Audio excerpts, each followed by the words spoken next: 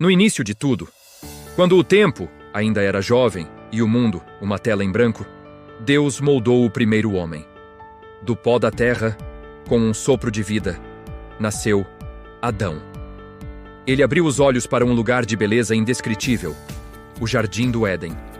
Um paraíso onde rios de águas cristalinas corriam entre árvores que davam os frutos mais doces e flores que pintavam a paisagem com todas as cores do arco-íris. Adão não estava sozinho. Deus viu que não era bom que o homem estivesse só. E, de uma de suas costelas, criou uma companheira para ele. Assim nasceu Eva, a primeira mulher. Juntos, eles eram a imagem da harmonia perfeita. Caminhavam lado a lado pelo jardim, cuidando das plantas, sentindo a brisa suave no rosto e maravilhados com a criação ao seu redor. A comunhão com o Criador era diária, uma conversa amiga ao entardecer, sem barreiras, sem medo. A eles foi dada uma tarefa especial: cuidar do jardim e dar nome a todos os animais. Imagine a cena: Adão e Eva, com sorrisos curiosos, observando cada criatura. O leão, majestoso e forte. O pássaro, com seu canto melodioso. A borboleta, com suas asas delicadas. Para cada um, eles encontravam o nome perfeito. Era um trabalho de alegria, uma celebração da vida em sua forma mais pura. Eles viviam em completa inocência, sem conhecer o mal, a vergonha ou a dor. Seus dias eram preenchidos com paz, propósito e a presença constante de Deus. No centro do Éden, duas árvores se destacavam: a árvore da vida, cujos frutos garantiam a imortalidade, e a árvore do conhecimento do bem e do mal. Deus deu a Adão e Eva liberdade total no jardim, com uma única e clara instrução: de toda a árvore do jardim, vocês podem comer livremente, mas da árvore do conhecimento do bem e do mal, dela não comerão, porque no dia em que dela comerem, certamente morrerão. Essa ordem não era uma restrição arbitrária, mas um convite à confiança. Era a chance de escolherem livremente amar e obedecer a Deus, mantendo a harmonia que lhes fora dada. Por um tempo, eles viveram felizes, respeitando esse limite, desfrutando da abundância e da beleza do Éden, sem nunca questionar a bondade de seu Criador. A vida era simples, plena e perfeita. Mas essa paz, infelizmente, não duraria para sempre. Uma sombra estava prestes a se lançar sobre o paraíso, trazendo consigo uma escolha que mudaria o destino da humanidade para todo o sempre. No meio da tranquilidade do Éden, uma nova voz se fez ouvir, sutil e astuta. Era a serpente, descrita como a mais sagaz de todas as criaturas do campo. Ela se aproximou de Eva, não com uma ameaça, mas com uma pergunta aparentemente inocente. É verdade que Deus disse que vocês não podem comer de nenhuma árvore do jardim? A pergunta era uma distorção, uma semente de dúvida plantada com precisão. Eva, talvez surpresa, corrigiu a serpente. Nós podemos comer dos frutos das árvores do jardim, mas do fruto da árvore que está no meio do jardim, Deus disse: não comam dele, nem toquem nele, para que não morram. Ela conhecia a regra, mas a serpente já havia encontrado uma brecha em sua certeza. Então, a serpente lançou seu ataque final, uma mentira direta contra a palavra e o caráter de Deus. Vocês não morrerão, sibilou ela. Deus sabe que no dia em que comerem dele, seus olhos se abrirão e vocês serão como Deus, conhecendo o bem e o mal. A tentação era poderosa. Não era apenas sobre um fruto. Era sobre poder, conhecimento e a promessa de ser como Deus. Eva olhou para a árvore. O fruto parecia delicioso, agradável aos olhos e, acima de tudo, desejável para dar entendimento. A dúvida plantada pela serpente floresceu em desejo. A confiança em Deus foi substituída pela curiosidade e pela ambição. Naquele momento de hesitação, a batalha interior foi perdida. Ela estendeu a mão, pegou o fruto proibido e comeu. A harmonia do Éden foi quebrada por uma única mordida. Mas a desobediência não parou por aí. Eva foi até Adão, que estava com ela, e lhe ofereceu o fruto. Ele, que havia recebido a ordem diretamente de Deus, que deveria ser o guardião do pacto, também hesitou.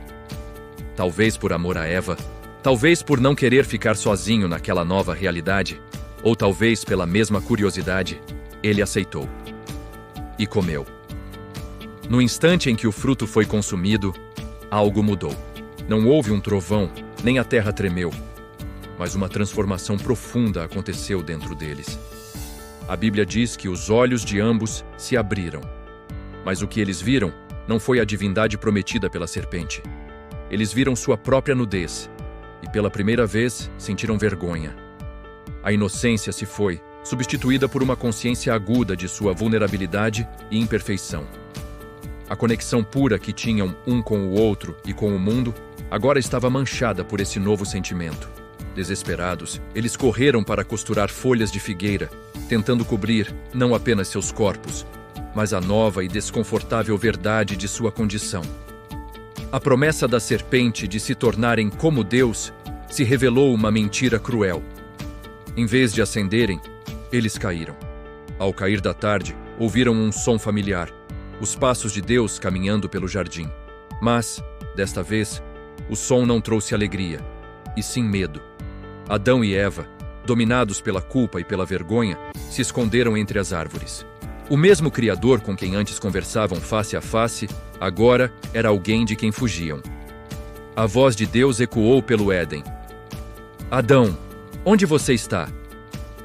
Não era uma pergunta de quem não sabia a localização, mas o chamado de um pai procurando por um filho perdido. Adão respondeu de seu esconderijo. Ouvi a tua voz no jardim e tive medo, porque estava nu, e me escondi. A resposta de Adão revelou tudo. Quem lhe disse que você estava nu? Perguntou Deus. Você comeu da árvore da qual eu o proibi de comer?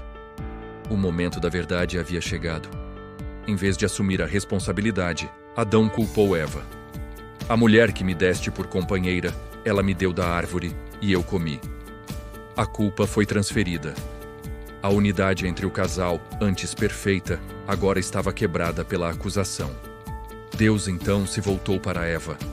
O que foi que você fez? E ela, por sua vez, culpou a serpente. A serpente me enganou e eu comi. Ninguém assumiu a responsabilidade por sua própria escolha. O ciclo de culpas havia começado, um padrão que ecoaria por toda a história humana. A desobediência teve consequências inevitáveis. Primeiro, Deus se dirigiu à serpente, amaldiçoando-a a rastejar sobre o ventre e a comer pó todos os dias de sua vida. E pronunciou uma profecia, uma promessa de redenção futura, dizendo que haveria inimizade entre a semente da mulher e a semente da serpente.